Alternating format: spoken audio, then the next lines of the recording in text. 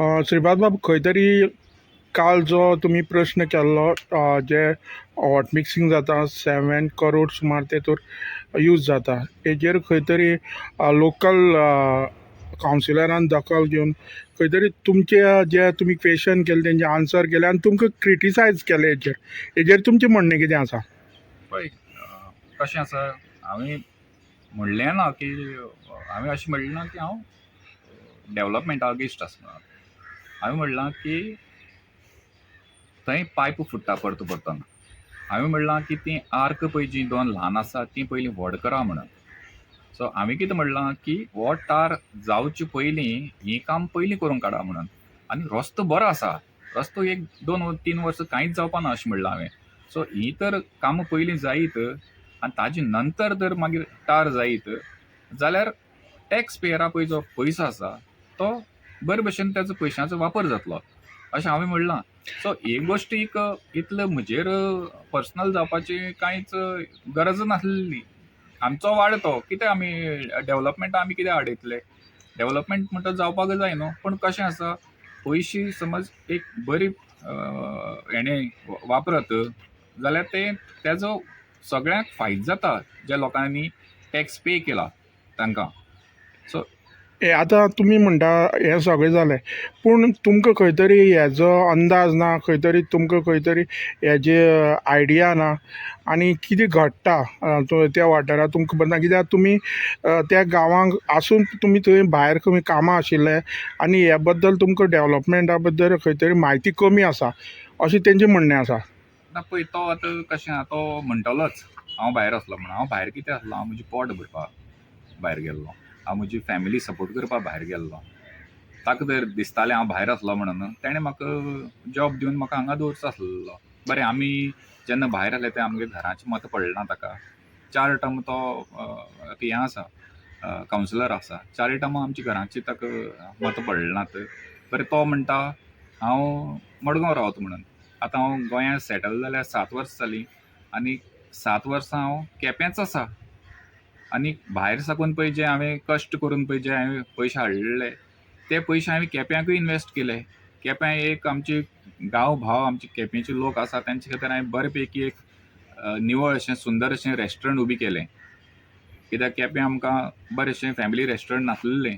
सो केपें तर म्हाका मोग ना जाल्यार हांव केपें घालनासलो. म्हजे कडेन मडगांव अपार्टमेंट आसता आनीक हांव तुगेलें मडगांव रेस्टॉरंट घालून हांव मडगांव आसता आसलो. धंदो बरो जाता आसलो आनी हांव 4 पयशे करता आसलेलो. आतां हांव येदी व्हडली रेस्टॉरंट घालून हांव केपें आसा आनी लोकांक सगळ्यांक खबर आहा केपें बिझनस कितलो इफेक्ट जालो म्हणटा तो. तशेंच आतां तुमकां हे बद्दल तेणी सांगलें, तुमकां हेजे बद्दल जानकारी ना, खबर ना. तेतूंत भितर तेणी म्हणलें तुमी इतली ते भायर आशिल्ले जाल्यार तुमी आतां जे इलेक्शनां रावपाक करतात, तुमी इतली ते भुरग्याले बरें चिंतून भुरग्यांक कामां कित्याक लावना. आनी आतां जर आपूण हो डेवलॉपमेंट जर जाला आसा, तुमकां कित्याक इलेक्शनां रावपाक गरज आसा? डेवलॉपमेंट आपूण करता तुवें पळयलां, रोड बरे आसा जाल्यार तुका इलेक्शनाक कशी रावपाक उमेद काय म्हणटा तूं? पळय, कशें आसा किसान बाब, हांव तुगेलो भायर आसलेलो. म्हजें प्रोफेशन पळय आसा पळय तें हांगा कोणाक खबर आसपाना. म्हजी लिंक्ड इन प्रोफायल आसा, प्रोफेशनल प्रोफायलीचेर म्हजें सगळें तुगेलें जॉब प्रोफायल ताजेर सगळें आसा. हांव पळय जें काम करतालो पळय, हांव रिटेल बिझनसा आसलेलो आनी हांव कॉर्पोरेट लेवल कंपनीचें काम करतालो. आनी हांवें जवळ जवळ 17 ते 18 वर्सां हांवें कुवेट काम केलां. म्हजी प्रोफेशन आसलें पळय तें प्रोफेशना कोणाकूय समज कामाक घेतलो जाल्यार ते प्रोफेशना एक्सपिरियन्स आसपा जाय. दुसरें म्हणल्यार कशें आसा, एक कोणाक भायर व्हरप म्हणल्यार विजा मेळप हें व्हेरी डिफिकल्ट. विजा इतली इजी मेळनात. विजा मेळप म्हणल्यार तुगेलें कशें आसता, आतां समज कोणाकूय एक घरा कामां लावपा जाय ती गोश्ट काही वेगळी आसता. कामां भायर व्हरोन कोणाक कामां लावप म्हणल्यार ताका विजा हें करप म्हणल्यार लाखांनी पयशे दिवचे पडटात. सो आनी विजा मेळप हें डिफिकल्ट, कित्याक प्रोसेस आसता. HR डिपार्टमेंट रिक्रुटमेंट आसता, जायत तेजो प्रोसेस आसता. बेश्टोच हांव कोणाक, म्हजी कंपनी न्हू ती, हांव कोणा खातीर काम करतालो थंय. अशें न्ही की हांव कंपनी घेवन थंय बसलेलो. आतां इतल्यो घडामोडी जाल्यो आनी तुमी हो खंय तरी इशू एक 3 म्हयने आसा मुन्सिपालिटी इलेक्शनां, हे तकले धरून काडलें असो लोकांक प्रश्न आतां तेणें विचारलो. अशें तेजेर तुमचें कितें म्हणणें आसा? पळय, कशें आसा, म्हाका दिसलें की लोकांक कळोंक जाय की बाबा आतां सद्या पळय तो टार आसा पळय, रस्तो आसा पळय, तो रस्तो बरो आसा. ताजेरच परतून 7 कोटी खर्च करपाक गरज ना. तो करचे पयलीं कितें कामां जावपा जाय ती करून मागीर तुमी करप. कित्याक कारण कशें आसा, रस्तो घालतले मागीर परतून खणपाक लागतले, पयशे वेस्ट जातले. ते लोकांक ती मॅसेज पावपा जाय की पयलीं कितें प्रोसेस जावपा आनी ताजे नंतर मागीर कितें प्रोसेस जावपा जाय. स्टेप बाय स्टेप सगळें जावपा जाय. टॅक्स पेयरा पयशे तो कित्याक वेस्ट जावपा जाय.